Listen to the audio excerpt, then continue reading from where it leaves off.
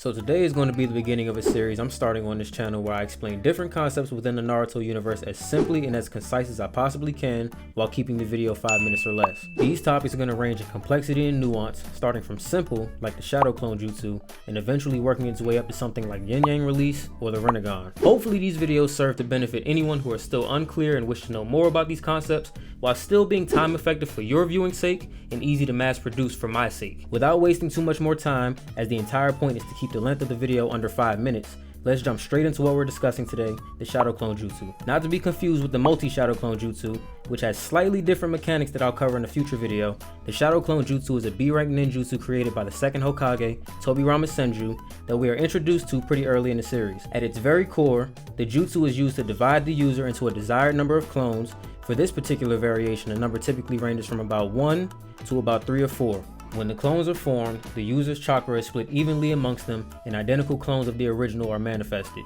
These clones are physically real, meaning they are solid, can deal damage to others, and can withstand damage somewhat relative to the strength of the original user. As the chakra is identical, the clones are typically indistinguishable from their user counterpart, unless you're Madara Uchiha, and these clones can perform most of, if not all, of the user's techniques. They can retain all of the user's knowledge, and as such can be used to work in tandem with the original user to perform attacks that will otherwise be difficult or impossible to pull off without a certain level of prior training and chemistry. Once these clones are dispelled, all knowledge and sensory experiences are transferred to the user, making this a powerful reconnaissance tool and further distinguishing this ability from its other elemental counterparts. As if this ability wasn't broken enough, clones that are made with this jutsu can greatly accelerate training times or the learning of new information, as was the case when Naruto used it to gain years worth of practice time while creating the Rasen Shuriken. Speaking of Naruto, he is only one of a few characters we've seen use this ability.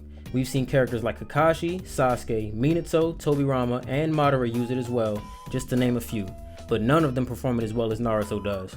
I guess this would be a good segue into why that is, and also what makes it so difficult to master. Utilization of this jutsu requires that the user's chakra pool be evenly split amongst the clones, which further requires that the user has a rather large chakra supply. Naruto's innately large chakra supply, supplemented with that of the Nine Tails, allows him to enjoy the benefits of this jutsu without a lot of the drawbacks that comes with its utility. Couple that with his unpredictability and creativity in the usage of the jutsu, and Naruto has been able to pull off some pretty crazy stuff that comfortably makes him the best user of this jutsu. Hopefully that covers everything, and if any of you guys feel I missed any key points, be sure to comment them down below, as well as any other subjects you want me to cover in the future. Leave a like if you enjoyed, subscribe if you want to see more, and I'll catch you guys next time.